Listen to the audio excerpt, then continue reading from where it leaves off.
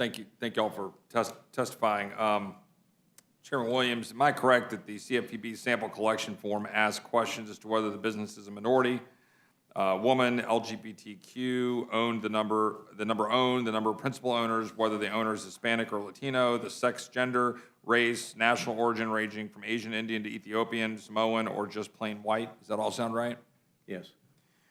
So you've already testified and articulated, both as a small business owner and as the chairman of the committee, the extent to which that is a hindrance to small businesses to have to hire compliance officers and people to be able to capture this information as well as comply, correct? Right.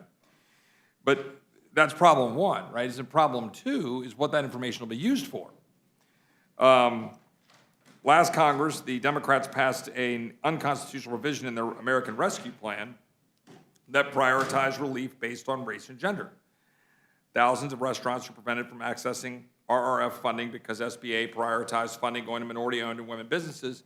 In 2021, 2 courts blocked Biden's Small Business Administration from violating equal treatment under the law by giving out billions of dollars based on race alone. Judge O'Connor in Texas, in the Northern District, I believe maybe overlapping with your district, ruled that the SBA's Restaurant Revitalization Fund was wrong to distribute $28 billion in COVID relief on the basis of an owner's sex and race.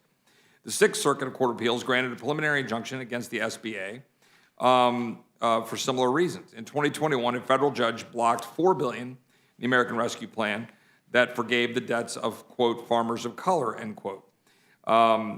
This is, I think, one of the key problems that I think needs to be pointed out here in addition to the burden.